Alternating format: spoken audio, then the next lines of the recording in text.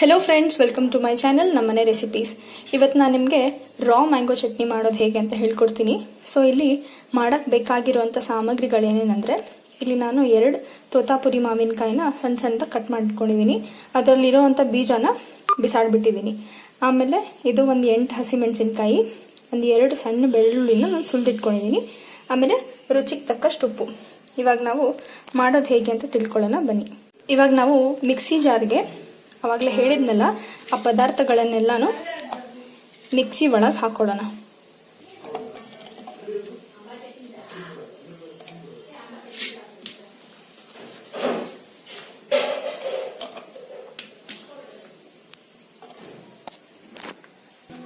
ಮಾವಿನಕಾಯಿ ಹಾಕೊಂಡ್ವಿ.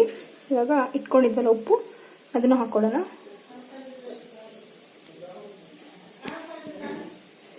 ಸೊ ನಾವು ಇವಾಗ ಇದನ್ನ ಫೈನ್ ಆಗಿ ರುಬ್ಕೊಂಡ್ಬರ್ಬೇಕು.